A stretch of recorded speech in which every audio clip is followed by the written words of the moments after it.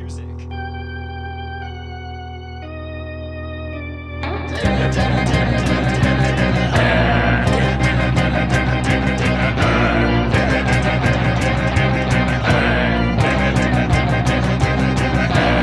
Bat is not a bat, he's a man who fights crime. And we're gonna watch him fight for a minute at a time. With John and Niall and a guest who doesn't rhyme. It's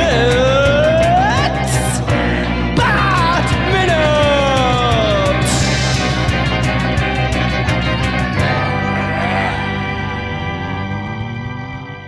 Attention, citizens of Gotham, welcome to Bat Minute and Robin, the show that will have you dying for us. I am one of your hosts, John Parker, your resident seductress. And here's someone who is literally dying to talk about this minute. You forgot to tell the listeners you're terminal. Yeah, I am literally dying. Yes, but it's another example though of just like catching the audience up there too, in case they don't know. The pheromones will literally be dying. Blah, blah, blah. But anyway, it's me, Niall McGowan. Yes, hello, Niall. I'm glad you can join me for the last few minutes of your life.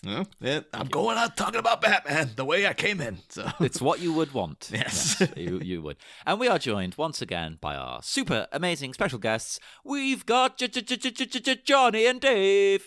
I think I'm going to get into to fluorescent face painting. I think I'm going to do that. Make that the summer bit. Oh, hell yeah. Why not? You know I'm going to support that. Yeah.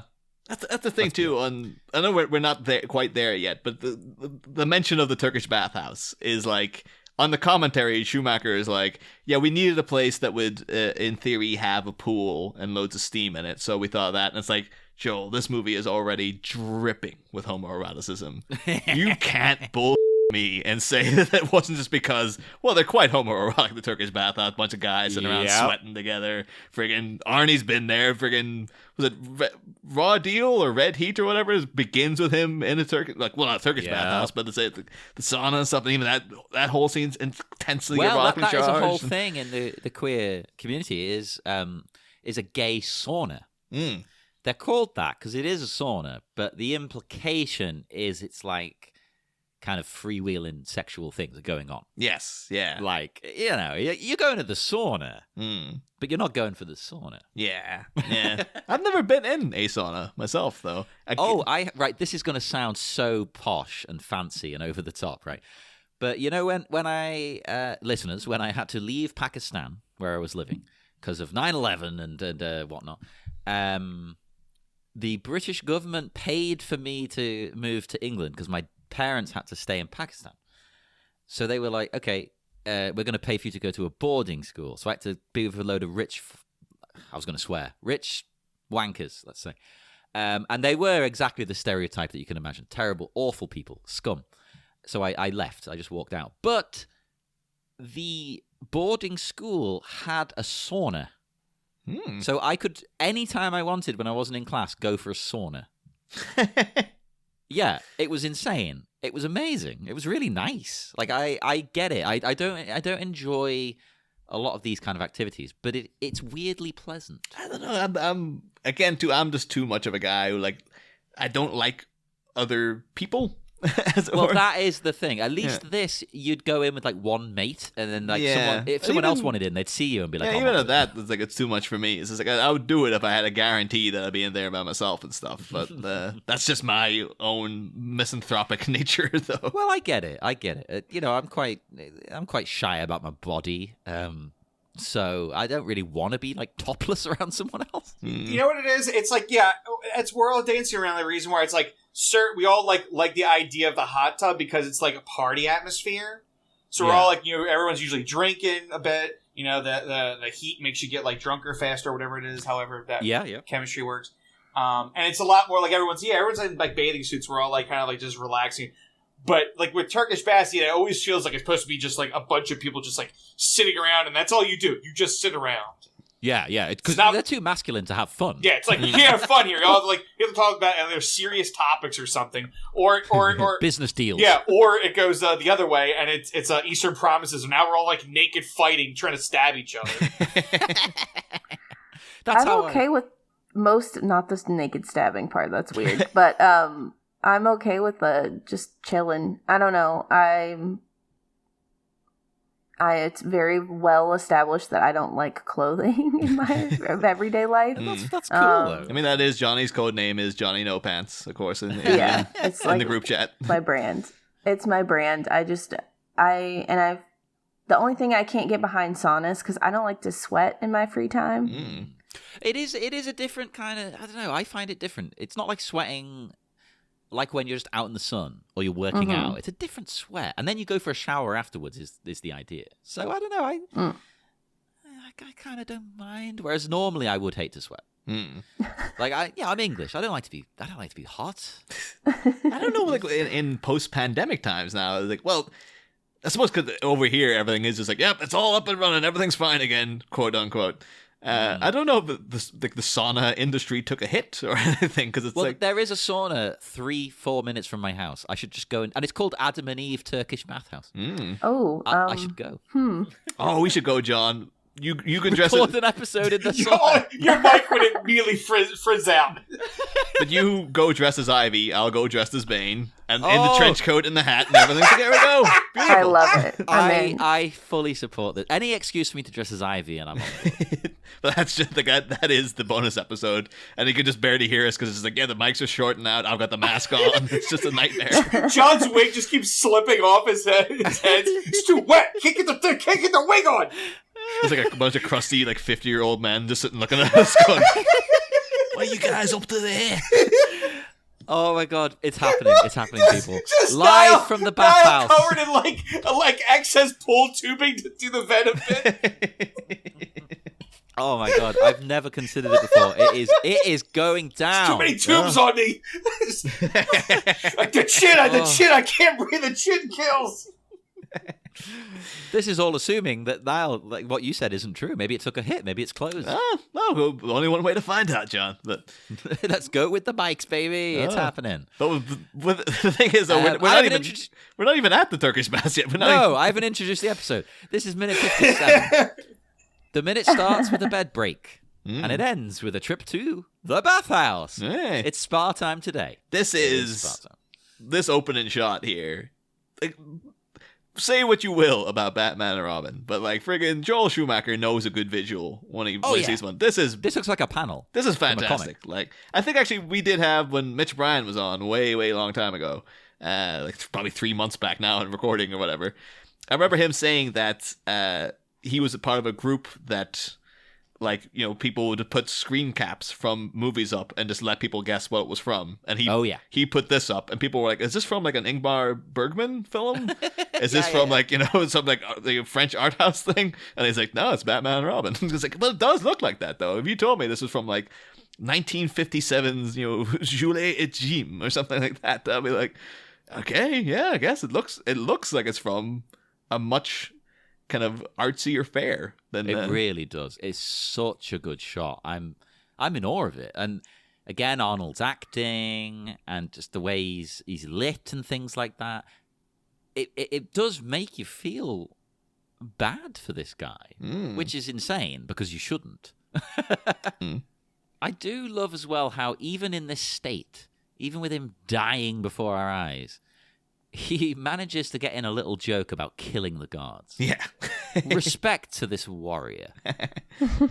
That's again. He's kind of implying, like, you know, I will kill you soon. It feels a little impotent, though, because like I don't think he believes he can do it. He's Yeah. just like, I'm just gonna annoy them. It just seems like, because they're like, "Oh, you're going to be here a long time," and they're like, "Sadly, you will not live to see it." And it's like, "Oh, what's he gonna do?" Like, it's like there's literally nothing. Like this version of the character, he might be still like, "Oh yeah, I'm 100% gonna get out of here," but he literally needs Poison Ivy to rescue him. That's the only way he's theoretically getting out. Is that, and weird enough, in a novelization, they do allude to the has a plan, where they go, like, one of the guards washes his hands in the sink, and Mr. Freeze is like, my freedom is already within your hands, like, because it's the whole thing about I'm going to freeze the sink, freeze the pipes, and then be able to break the wall. But that doesn't make any sense in a Mr. Freeze is going to do this in his friggin', you know, prison skivvies. Like, Yeah, no, it doesn't make sense at all. I actually prefer this. Oh no, yeah, this works way better because the other one is just like, oh, how would he possibly do that? Like it's. I love the idea of him being, as you said, impotent. Like he has been emasculated, and he needs his savior. Yeah, a woman, which adds to the sort of kinky themes of the movie. I think like Ivy's the one; she's the power. She controls him. Really, after that point. Yeah. Because he needs it. Oh. Here's one thing, though. Because this brings up a weird point with the character of Mr. Freeze. Because they're saying, like, you're going to be here a long, long time. And he's like, oh, sadly, you will not live to see it. But in theory, Mr. Freeze could be in Arkham Asylum for literally hundreds of years. He is within comic continuity and within the cartoons. Well, does he die like a normal person or what? It's because his body temperature is so low. He's essentially frozen himself. He ages much slower than other people. Okay. There's the episode Deep Freeze is all about Mr. Freeze is abducted by a theme park constructionist called Grant Walker, who we'll be talking about later on because they swipe a lot of things from Deep Freeze for later in the movie. But his whole thing is that he wants to become Mr. Freeze. He's like, you're gonna live forever, man. Like you should be thrilled that you're in this position. But he doesn't want to. Yeah, he is like, yes, live forever in this, barren husk. What kind of a life is that? He's Mr. Freeze is disgusted by it, but Grant Walker's like, no. Like, I want you to recreate the situation that made you and do it to me so I can be immortal, basically. And yeah, so he gets in the suit. He becomes like Mr. Freeze 2, essentially. Freeze Jr. And this episode has a actually surprisingly dark ending. Well, actually, not surprisingly dark. Batman Animated Series was dark as hell. So it's a lot darker than you probably remember. Yeah, that's but yeah, at the end of it, Mr. Freeze obviously turns on Grant Walker, freezes him in a block of ice. And then that ice ends up going into the sea. And it just ends with Grant Walker just trapped in ice in this suit, potentially forever. Just screaming to be let out because he's not going to die. He doesn't age, he doesn't need food. But at the same time, it leaves it open to bring him back. Yeah, and they did bring him back in the tie-in comics and stuff. We'll get to that way down the line. But yeah, and even then in recent continuity, well, not continuity actually, but in the much acclaimed White Knight story line that was going on concurrent to the comics written by Sean Murphy, they have a whole point of Mr. Freeze, he does an experiment on himself to cure himself, and when he does, it rapidly ages him because he was frozen in that continuity in the 40s. Oh, it's like Lord of the Rings when Bilbo gives up the ring. Exactly, yeah, but this is within a second. He goes from, they have him, the incident that made him Mr. Freeze happened in the 40s, and so now he's literally about 90 years old then in the story because he's just the rapid aging kicked in once they took away the preserving effects of being Mr. Freeze. But it's kind of weird though because within this scenario of them saying you're going to be here a long, long time and him going, well, tragically you won't live to see it, he could just be stating fact of well, if I'm I will be here for 200 odd years, but that's you will not live to see it. I will outlive all of you. I love that. Because in my mind it was he's joking, he's going to kill them, which I think he is. But I love that interpretation as well. Of it's alluding to things like those comics. Yeah. Where he's well, I'm going to live to 400 years old. But to this sink though next to this it looks as if they've had to move it across the room to get there in the middle of the cold zone for Freeze. Oh, they probably did rearrange it, yeah. Yeah, but it's just is this... That's the thing, is this everything for him? Because is this his toilet as well? Does Mr. Freeze need a toilet? Oh, he needs a toilet. No, come on, he must have one. Yeah. I mean, maybe not though. Is he moving out solid ice out of there? And just ice turds come out. And same thing with here with the alarm clock. Why would a prisoner even need an alarm clock? We wake him promptly at 6 every morning to sit in the room. That's what he does. I've not been to jail, I've not been to prison, but I have been arrested, and they did have a toilet in the cell, but it was metal. Yeah, I think that's kind of and I went for a pee in it, and because it's metal, it was so loud. I was I am not using that again. No. It's almost like it's deliberately to embarrass you. Because it echoes around the building. You're like, oh, God damn it.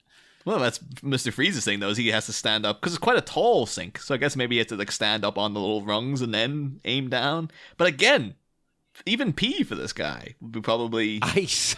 Yeah. It's like, oh, I haven't had a pee in the last 6 years.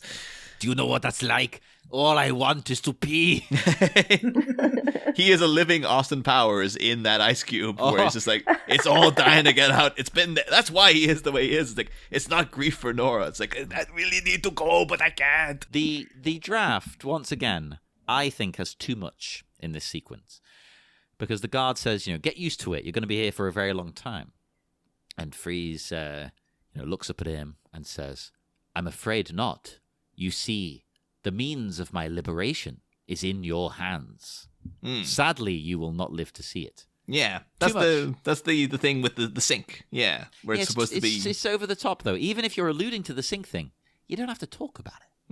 I think again, the sink thing doesn't work unless he has the freeze suit on. We see how it works later, so it's like, well, how is he going to do it if he didn't have the suit? It doesn't make any goddamn sense. Yeah, it's dumb. That's a good cut. Definitely a good cut.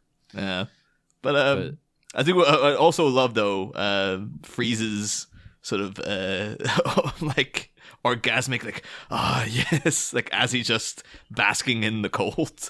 So there's a thing you get in when you're like, if you're cold or if you're too hot and you just get into somewhere that's nice, the temperature adjusts, or even if you've been busting for a pee and you just finally get to go, you do have a moment like, oh yes, he's just enjoying what's happening. No, I love it though as well, because when he's looking upwards once they walk off, because I mean it looks wonderful, and he's both staring at the cold beam, almost like, oh, thank you, cold beam, but also towards the heavens. I felt hoping for a savior, almost, looking to God, and you know what? It might not happen in this minute, but he's going to get a savior. I'm not normally a praying man, but please help me, Superman. And I was watching the previous scene. She mentions, she says he's a god in the previous, that's right. When he leaves. Now, is there in the draft, where were she and Bane working out of before the Turkish bath takeover? Nowhere. They literally showed up. They started off at the lab in South America, and then that's it, really. They've moved here. They landed in Gotham. They were cruising like it was American Graffiti, just going from street to street in the car for a while. Went to the Flower Bowl, and now I guess they ran out of petrol. They're just having to walk the streets, hoping to find a place. I do love that though, the way it addresses it in the movie. Like, you know what? These two needs a lair. Yeah. The cut to Ivy and Bane, though, I love it so much, because Ivy, she looks drop dead gorgeous. Absolutely. Oh, she suits that like hood thing that she's wearing. Oh. Although I'm getting heavy Aragon in the Ranger Strider days. I'm like, yeah, he's like, I watched that Batman and Robin movie, and throughout this entire movie, I say it every episode, she looks amazing. She's goals. Look at her. Oh. Mm-hmm. The thing is, it does become sort of like, because in Teenage Mutant Ninja Turtles logic, Bane's thing would be that's a disguise. I was just thinking about that. But not in this. Of like, that's the most ridiculous thing I've ever seen. Yeah. I love how stupid it is. Bane in a trench coat. I think it doesn't want to look, conspicuous. He's walking next to Poison Ivy, who just like, you would spot her a mile away. She's not hiding anything. It literally looks like he watched American movies, like old American movies, and was like, no, this is a great idea. That's how I, as a foreigner, imagine all American, like, PIs to look. This is as well. Maybe it could be that she's dressing him as well. It's like, she has an eye for haute couture, and she's like, I'm dressing my man. And well, he's like, fashionable. Right. He looks cool. He doesn't look as cool as her, but who can on this planet? Although, I'm just wondering though, as a man who wears frequent hats myself, like I guess he has to tilt it forward a little bit because the tubes in the back will get in the way. Of course. So he's gotta... But well, he still needs the hat though. You got to suffer for fashion. The insults she comes out with though of bat face and bird brain, and this is a mere moment after Frostface. So Kiva Goldsman, you gotta up your game a little bit, man. Like that ain't good. Like Bird Brain works. Yeah, Bird Brain's fine. Batface and Frostface are just like they're kind of almost statements of fact, like, really. Like yeah. it's We all know that Ivy is way more eloquent than that. Yeah. Give her more credit. Yeah. And even this version of Ivy, it's not like this version of Ivy's stupid. She's No version of her is stupid. no, she's very clever. you can work in things through the PG rating too, like Guano Head. There you go. Yeah, that'd be funny. And as a It's kid, like- you'd be like chuckling, like, "Hee, she said something about." Yeah, it'd be like when they snuck in Mewling Quim into the Avengers, and everyone was like, "What the yeah. hell? Jesus Christ!" that really caught me off guard. And I was like, "What? You can't say the word quim." Yeah, but they did. They got it in there. Although, of course, the guy who wrote that all of his bad track record now with his treatment of female staff. So maybe dear, we should no. have seen it coming. I guess. No, Niall, don't ruin it for me, please. Oh, jeez. Was there a scene where Ivy is planning to go here, or are they just walking around and found it? I think it's the latter. Yeah, I think it's just we're just cruising, just walking around. Let's hope we find a place. Let's find a new lair. And the new lair, it's the Turkish bathhouse. The neon Turkish bathhouse.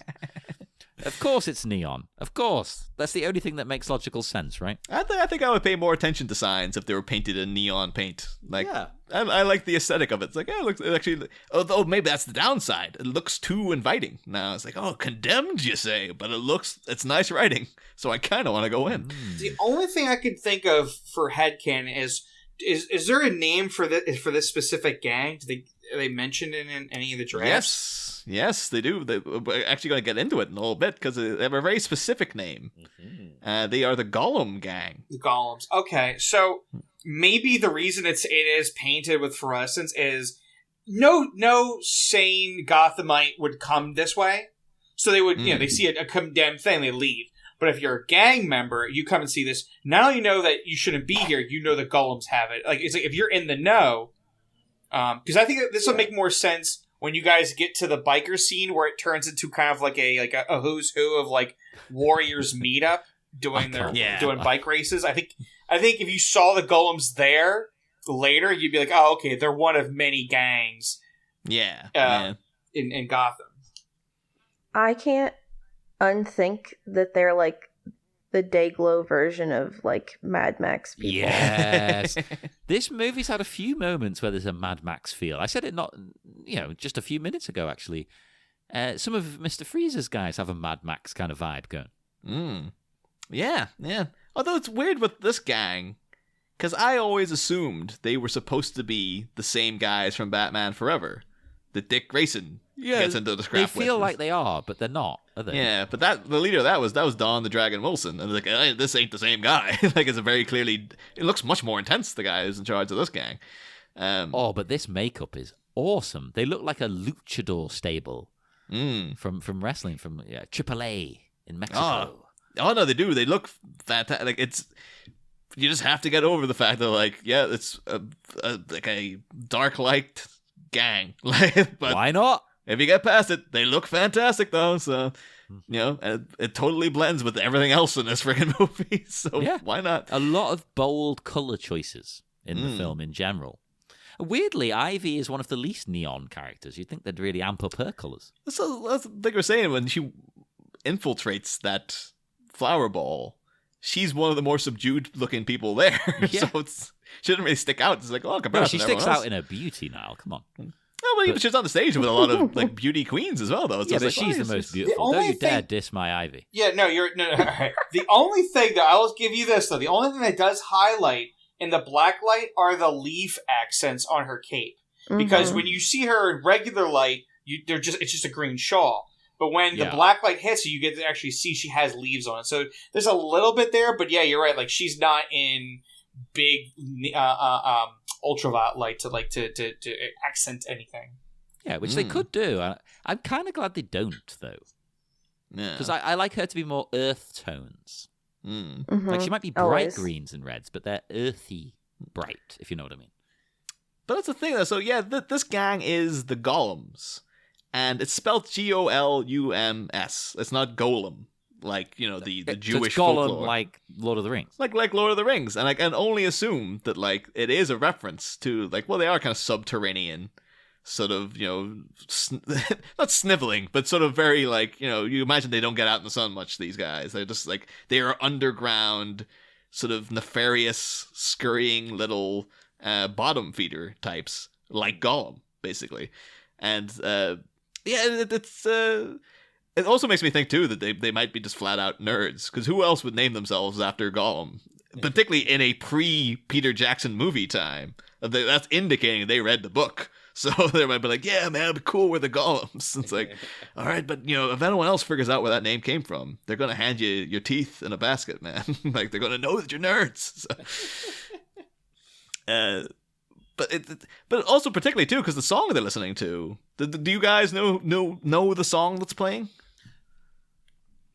I tried to look it up, but I didn't delve too deep. I did not find an answer. This is the Goo Goo Dolls. It's a song called "Lazy Eye," which was written specifically for the movie. Not a very hard group to stan as a bad guy group. Yeah, that's a weird choice, isn't it? They're not particularly like rough and tough. That's the thing, yeah. That's kind of my beat. That's why I'm thinking these guys are nerds. Wait, they're all friends because they really like the Goo Goo Dolls. Yeah, really like the Goo Goo Dolls. They really like Lord of the Rings. Lord of the Rings. they're like, but they didn't quite understand Lord of the Rings. They're just like, well, Gollum's my favorite character. It's like, I don't think you want to name yourself after him, though. He's not like the most.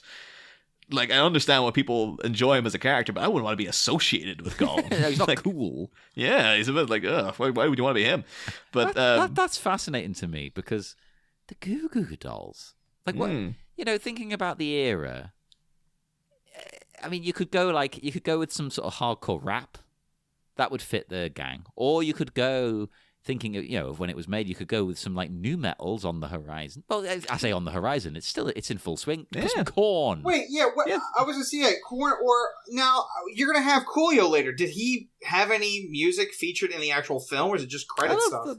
No, I think it's like both of those ladies who were in during the Neon Gang sequence last movie. What was the name of the band? But they didn't feature in the soundtrack. They were they had a Brandy song playing. And it's like, oh, that's those ladies from that one band, but it's like they're not featured on the soundtrack. I think they just wanted to be in the movie, so I think it'll be the same deal with Coolio, where it's just like, I was just happy to be in the film, but I don't own the licensing rights to my music, so you don't deal with me there. That could be what it is, It could be an issue. It's like, well, he's allowed to be in your movie, but we, this other company, own the music. Yeah. So you can't put the music in. It could be something like that. At this point, though, the Goo Goo Dolls, I think they did come from a originally punk background. Yeah, but they were big and like a little bit alt, but they're not like badass. Yeah, this is the year before. The song everyone knows, I guess, of the Goo Goo Dolls is "Iris" from the City of Angels soundtrack. Like, I don't want the world to see me, and that was a song was massive. That was like it had like the staying power of friggin' Mr. Freeze himself. Like, you just couldn't get rid of it. I remember when that came out, there was an Irish chart show called Top 30 Hits where they just play the music videos that were all in the charts every week. And that was there for about a year straight. Never got to number one, but it was always within the top 30 for literally at least a year. Well, if you can have a song break into both teen movies and rom-coms, you're set for the rest of your life. Oh, you've made your money, yeah. They're probably still making cash off it. Oh, 100%. And at this point, though, this is immediately prior. They wrote this song for Batman and Robin in '97, and then they probably figured this is gonna make us. And then they're like, no, it's the weird Nicolas Cage, Meg Ryan movie that you're doing next year. That's gonna make you. Although at this point, they did have an album called "A Boy Named Goo," which is a fantastic name. And that went double platinum. So they actually were good for them. Well known. Like they were well on their way to becoming like huge stars. So that's crazy to me because I remember them being like, oh yeah, the Goo Goo Dolls, I've heard of them. But I never remember them being like a big deal. Yeah. And it's like, yeah, they are so in the middle. They're more like, they're not a hardcore band. They're more in that kind of, halfway to like a Pixies kind of thing, I thought. Or maybe I would even go lighter than that. Like, what do you call them? The that Dave Matthews Band. They're kind of I would put them in that sort of vibe. Okay. Or Bright Eyes and stuff like that. It's like, I don't see this punk hard ass gang listening to these people. Again, these guys are probably secretly nerds. That's what the whole thing is. They must be, because to me, it's got to be either like Ice Cube or Korn, which is hilarious because those two things cross over. Because Ice Cube and Korn work together a lot. Oh, well, you do like to put some ice cubes in your corn when you're having it too. Yeah, that's what we do in England. There's no butter on the corn. There's ice cubes. Yeah, extra crunchy. That's the way I like it. Who doesn't like that? Although, again, there's proof that they're not really hard asses. Checking WKD, clearly. Wait, are they? Oh my God, what? Let me just look. No, they're not actually, but like that blue liquid to me, it's like, oh, that's like blue WKD, neon blue Alco Pop. Did as that you call drink it over make here. it to the US? No. Okay. So WKD was like, it was the trend of, as we call them here, Alco Pops, where it's like alcoholic, but it's clearly targeted at a young audience. Yeah. It's like the first thing you get drinking. Like I had my first one when I was 14, you know? Oh, so it's like a Smirnoff Ice. Yes, a Yeah. Smirnoff Ice is an Alco Pop. Yeah. And WKD was, it was vodka, wasn't it? Yeah. Yeah. And they, the main flavor will mean nothing to Americans. The original flavor was Iron Brew flavor, which is a Scottish drink. And so this was like vodka and Iron Brew. So then the second one they brought out was like a raspberry. So that's what you're saying this looks like now, isn't it? The raspberry one. But they had WKD Blue. Yeah, as that's well. the raspberry one. Yeah. I thought it was because there was a red one as well. So. No. The blue one's the blue raspberry. And then they brought out, the third one they brought out was silver, which was like a kind of grapefruity thing. And I know that because my sister worked for the marketing company. So she would come home, and it was great when you're 18. She'd come home with like 3 crates of the stuff. Like, here you go, I got this for free. Do you want it? Like, yes. It's rough stuff now though, because it's not It's so sugary. Yeah. That's the thing. Yeah, you feel like you just have the taste of dormant sugar in your mouth. Hey, for but when about you're 2 days. 18, perfect. Well, yeah. But it's but that again, that was a thing that you'd buy in like sort of trendy nightclubs, and it was always like, you know, it's about like a 3.5% drink. Yeah, so it's you're quite just weak. like, yeah, and so again, in my head canon, I am imagining these guys are just sitting around drinking that, thinking they're Apparently, it's still a big deal. I imagine it, like maybe It says they're marketing it on Love Island right now. Oh, so okay. See, it's hard for me to know because I would have said it's not a big deal. But, you know, I'm in my mid-30s, so maybe I mean, it's I'm not a just big not the deal to target us. audience. yeah. I will say too, it is kind of like that would be the market. People watching Love Island. Yeah. I'd be the kind of people going like, oh, a point for me and a WKD for the lady. Like Yeah. that would be the kind of market it's going for. Although the most popular one I found for the ladies at the time, you know, I'd get the WKD, and they would want the Bacardi Breezer. That was another Alco Pop. Yeah. It'd be like a peach Bacardi 3.5 drink. At the time, drank them. I think they're all terrible. They're like now, probably in awful. retrospect. Yeah, but looking back, it's like, yeah, that fat frog, all that kind of stuff. It's like, nah, it's all horrible. But when you're a kid, hey, it's great. It's alcohol. Who cares? But briefly to touch on the song of Lazy Eye, I think because it's written specifically for the movie, and it was released as a single, and it didn't have any B-sides. So I kind of get the vibe that they didn't even really want to do it. But lyrically, I'm trying to see if there's any connections. And I assume it's written from the point of view of Poison Ivy, weirdly enough. Because the opening line is, once been drowned, our secret lives, everything that needs to hide. So they're out looking for a hideout, I guess. Yeah. They've got secret lives. And she was once drowned, I guess, by being submerged in all the chemicals and stuff like that.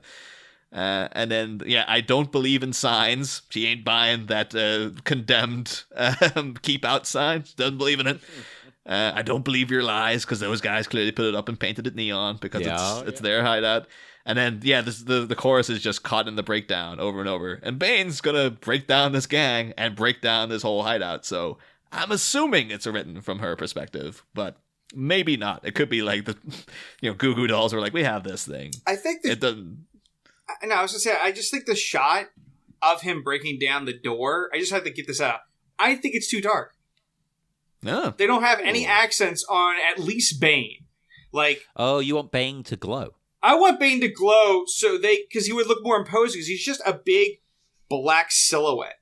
Not even his tubes are glowing. And I'm like, this is where you could have him really glow and like look incredible. Like, we just saw for the last few seconds, these guys, they look all very colorful and reasonably intimidating.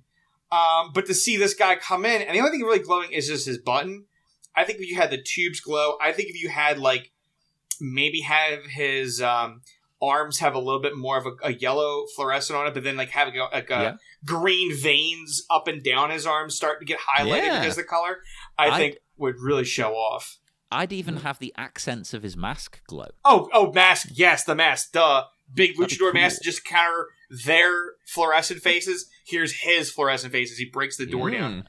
I think what would be cool is he looks just sort of dull and normal until he's going to do something physical, and then like the tubes start glowing. When he's like hulking up, it's like if he could do it, as the venom goes into him, his veins start glowing. Yes, as it goes throughout him. Now we're talking. Yeah.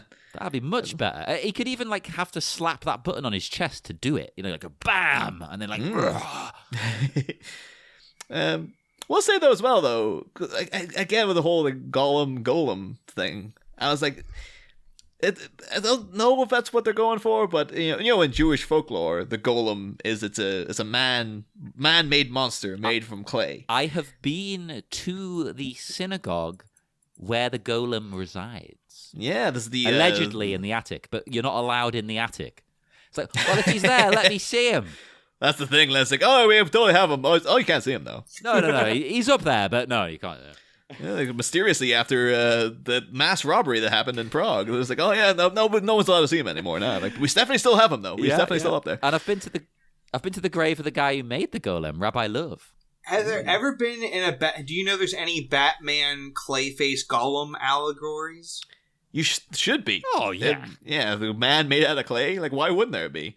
I guess in White Knight they do use Clayface as literally like they brainwash him and use him to follow exact orders, which is kind of that's what like I was going to say here is that the Golem of Prague is he was made by the rabbi to defend the Jewish people in the slums from people intimidating him and stuff, and Bane is kind of like Ivy's Golem. Like the Golem, totally.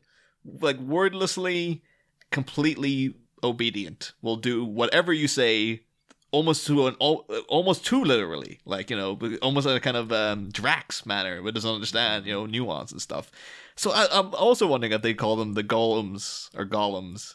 It's indicating that Bane is supposed to be like the golem coming in as well. Well, that'd be amazing if this was like, now this is our gang.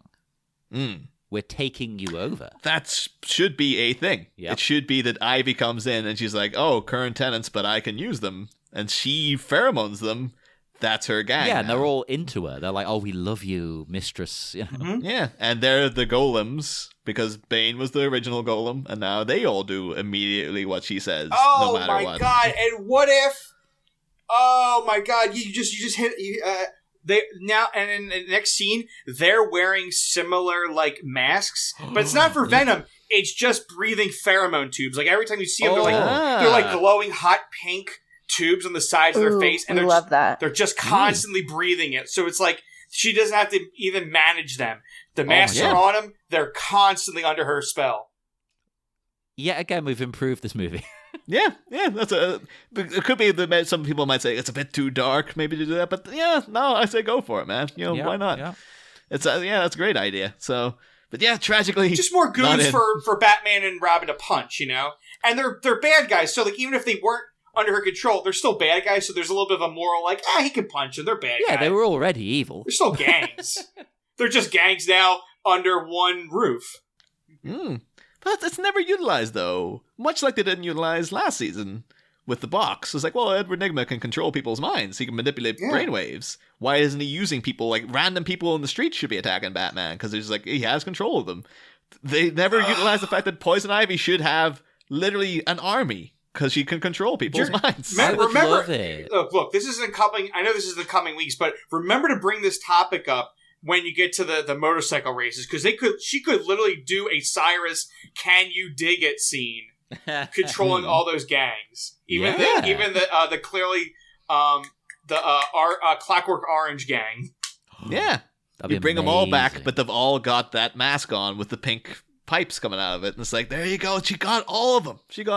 I actually would like to see her powers more at use. Like I would have liked, considering the theme of this movie, I would have liked a scene where she even gets Alfred to attack Batman. Because she's so deathbed seductive. Alfred with his McGregor syndrome, flopping his 90-year-old corpse towards Bruce. Get Alfred just to turn on him and like hate him, and not necessarily beat him up because he's Alfred, but they'd be like, oh my god, that would be so cool. It's so creepy. Although we'll talk about it obviously in the review when we do it. But Dave, I know you just watched that Long Halloween adaptation. They use Ivy very creepily in that too. Like, she has control of Bruce Wayne for like 3 months. Yeah. And the scenes of her just in this bed of leaves that she just dwells in, and just like every time coming over and kissing them again and again, it's just like, it's so creepy that she has. But they don't go there with her. They're just like, she kept quite tame in this movie, unfortunately. But anywho, I think I'm noted out for 57. Does anyone else have any notes for this minute in particular? All done. No, I mean, honestly, I don't think we can top gangs with pheromone masks on.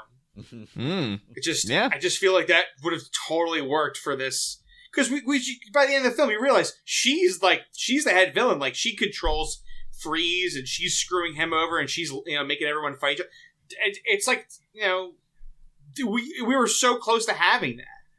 It's crazy that look, she's so slept on as a villain in some respects that like it's sad. And I know she's gotten her time in the new Harley Quinn series.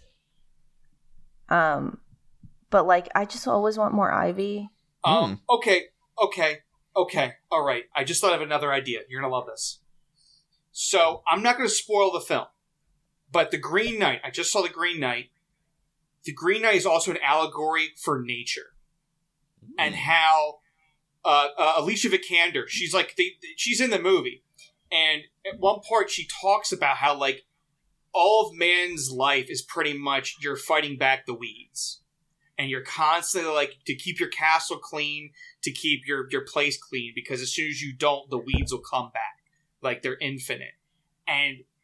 And yeah, like Ivy is that. She's that weed that if you do not prune her fast enough, her powers will, take over. Yeah. And it is. It's like every time like there's that with the Long Halloween. It's like, the fact that Bruce couldn't stop her then, boom, she's got him in a trance now. And if Catwoman doesn't intervene, like that's it. Like the Wayne Manor as we know it turns into a giant garden. Yeah. That's even then again the climax of the movie. As soon as Batman's confronted with her again, he instantly snaps back into the trance at the sight of her and stuff. It's like, it's just a creepy villain. Like, it's a great idea, but she has been. I know Margot Robbie's trying to get her in for Harley and Ivy, movie of some sort. So fingers crossed. We're supposed to get a Gotham City Sirens at some point, and I'm waiting with bated breath. Yeah. But anyway, though, because this movie, Batman and Robin, is so reviled and revered as one of the worst movies ever made, we are asking the guests if they have a worst movie they've ever seen to throw on the docket. Okay. Mine is going to be so controversial, so Dave, you should go first. All right. I thought about, because I was trying to think of a movie that, like, there's movies, there's only a few films I walked out of, like, Clash of Titans remake, I hated it, and there's not much to it. But I think the one movie I remember it was so bad that I couldn't get over it was, okay, it's like early 2000s, late 90s. We're at the mall, and West Coast Video is kind of like going out of business. And, we're a bunch of mall rats, so like we would always like kind of do our rounds, go to GameStop, go to the food court, and we go to West Coast. We would see if there's any good like bargain bin sales that we could walk away with a VHS or a DVD for like a couple bucks, whatever we had in our pockets. And this movie card started showing up on the shelves, like a lot of it, like called The New Girl. And I just every time we went back, I saw more and more on the shelves. And it was like, what is this film and why is there so much of it? So it gets to the point where West Coast is going to be closed probably by the next time we come to the mall. So the movie's not even expensive at all. So we buy the VHS, and the back of it's pretty much like New Girl comes to LA, and it's like it's got everything in it. It's got this, it's got drama, it's got romance. I'm like, all right, like okay, it just seems like very vague. So all of us are getting around like, all right, what is this movie that West Coast has? We put it in. You learn really fast. It's a softcore porn, but like there's no nudity for like a good half hour. So it's just bad plot about a girl going to LA modeling that then turns into very softcore porn, like very like boring amount of it. And then she gets wrapped up in the FBI, and there's drugs and there's shootings. And then at the end, she wakes up and like 90% of the film was actually a dream. Ooh. So far all you had was like she was a model. That's really it. The rest of the film, I think even including the softcore porn scenes, were just a fantasy dream she had. And we were all like, wow, that movie was bad on everything. And that's all I don't try to look it up. I'm sure it's a waste of a space of a film. It's just that, like, it couldn't even commit to its own like plot. Like, all right, softcore porn, yeah, but it's not even that. It's all in her head. It's just a dream. I do like the idea though. Like it was too not pornographic for the porno industry, but it was too pornographic for the normie movie. Yeah, if you're gonna make a dirty movie, go all the way. Yeah. Oh man. Johnny, do you have? Now I'm waiting with bated breath though to see what this thing. Citizen Kane. No, it's The Lighthouse. Oh, what? No. I'm sorry. Oh, it's a masterpiece. Oh man, I thought you said the White House for a second. I was like, wait a minute, the Lighthouse. God, no, White House down. I got really angry at that movie. Oh man. So we went to see it in theaters, and I just wanted to leave halfway through. I can't imagine that. Oh my god. And I had a full rant about it in the car when we left. I was like, I get it. It's an allegory. Chill. I don't know what that movie just rubbed me the wrong way. So that's my 2 cents. I know. I could understand it not being for everyone, to be honest. As much as I love it, it is like a weird art movie. You've got to be in that kind of frame of mind. Yeah, I'm all for doing something new, or trying something different, or even spinning something old. But I don't know what it was about that movie. I just literally could not. My brain was eject. No. Yeah, that's heartbreaking for me. But to go into a more positive spin, we always also ask the guests now if they have a movie like Batman Robin is beloved by many, if they have a film that they love that is considered to be bad by the general populace. See, I couldn't think. I honestly thought of movies I love, but mostly people like, or it's considered a good film. I couldn't think of a bad movie that I like that no one else does, because I feel like enough time has passed where even movies that were considered bad are starting to get that come around where there's enough of an audience for it. Even Batman Robin, we're starting to see enough of it where it's not a horrible film, but not bad. A great movie. I will say, how about this? Can I switch it to video game? Ooh. Yeah. Because I have one that for some reason I love absolutely, and it's hated. It's the Kane and Lynch series. Oh, Kane and Lynch, the first one's amazing. Yeah, a lot of people hate it, and I understand why they hate it. It's hateable. Their protagonists are horrible. There's no good people in the entire Yeah, you're supposed story. to hate them, though, the way you love but hate Trevor in GTA. Yes, and that's what I think, is that a lot of people love playing Trevor in GTA and being chaotic. I go, okay, well, that's now, what are there two imbalanced guys who are whack jobs, and they're your protagonists. And I know, and also I know people hated the second one even more because of the camera thing. I loved it. Thank God I didn't get motion sickness. But I didn't get motion sickness, but I didn't enjoy it as much as the first one. I get that, yeah. But yeah, there's and also I love that multiplayer where it's you played as horrible Goomba like robbers, and at any moment someone could start shooting to try and steal each other's money. Yeah, so that's pretty that cool. whole vibe of that video game, I thought was great, and I thought it was like, I don't know, just like I feel like that's I would love to have another one, or at least an updated multiplayer of it. I actually think it would make a good these days, like maybe Amazon, a TV show. Yeah, just horrible guys, just horrible bad guys. Because I feel like we all love our crime movies, but like I think it's that people like their criminals with quirkiness. These guys are just bad. They're just flat out bad. There's nothing redeeming. They're flat out about bad, but they're quirky. I mean, one of them's you got to keep giving him his pills.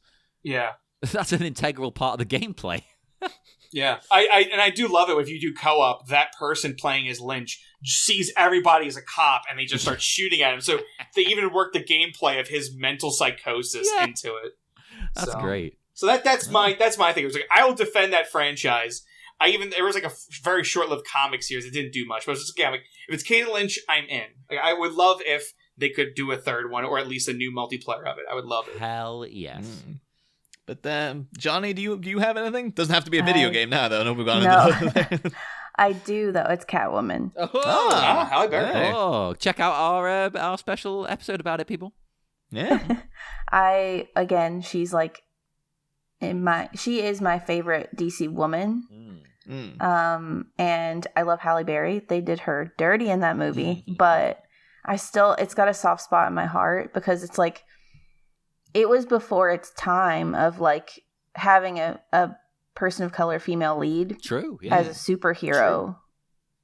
So it's like, if they did it now, maybe it wouldn't be so hated, but it was progressive, too progressive for when it came out. Oh, it definitely is, actually. I don't know if we brought that up or not when we talked about it. See, now me and Nala are in agreement. Like, we think the plot is terrible, but you're right in that that's a very progressive move for the time. Let's make our superhero lead be a person of color and a woman. That's great. That's really cool. It's just a shame the movie around her wasn't perfect. Yeah. The thing is, though, I have nothing but fond memories of that Catwoman movie now because of us reviewing it. Yeah, that was a great episode. Yeah, and it was just, and watching it too, I was much like The Lighthouse for different reasons. I'm sure a lot of it in Catwoman, they might have been intentionally doing it funnily as well, but like some of it, I was just howling of laughter. It's like, this is great. This is so much just craziness just happening. It's the same thing with Batman and Robin. It's just like, it's so silly that you're like, all right, I'm here for it, man. That's good. Or like a Fast and Furious film where you're like, oh my god, yes. Yeah, they're just going for it. So yeah, I can understand. Maybe you might be the beginning of a wave, Johnny. The people as Dave said, there are people coming around to Batman and Robin. A couple of years later, it was Catwoman, so it could be a few years' time. People will be like, that Catwoman movie, it ain't bad. Yeah. That's actually a lot of fun. If you look at it. I hope so. It's on the horizon. We will head off into the dark night. Once more, would you like to remind people where you can be found online? Johnny, you can go first again. Yeah, you can find me pretty much anywhere at Austin Powers Minute. Also, go on moviesbyminutes.com and find your favorite podcast. Chances are one of us in this realm has guested on it, if not hosting it. Probably, yeah. So go check those out too. Yeah, do that. And Dave? Hey, yeah, if you want to see more crazy, colorful gangs, you come on down to Champion City, where I'm hosting 5 Minutes of Mystery, covering the 1999 superhero comedy ensemble Mystery Men. What else was I going to do? Oh, TeePublic. Check out the Sleepy Charlie Media TeePublic. Buy a t-shirt, buy a mask, buy a mug, drink from my skull. It's all good. Do that. So do all of that and join us again on Monday, where we will have new guests and new minutes of Bat, Minute, and Robin. Next time, Holy Challenging Chain Gang. A goosed-up Goliath gate crashes a gathering of golems who glow, and the luminous losers try to lasso their insanely swole foe. Attempts to chain Bane may spell suicide for this squad, but as the incandescent irritants evacuate, what pressing plan does a poisonous empress have for this peculiar quad? We exit stage fright next time, folks. Same Bat Pod, different Bat Minute. We'll be back.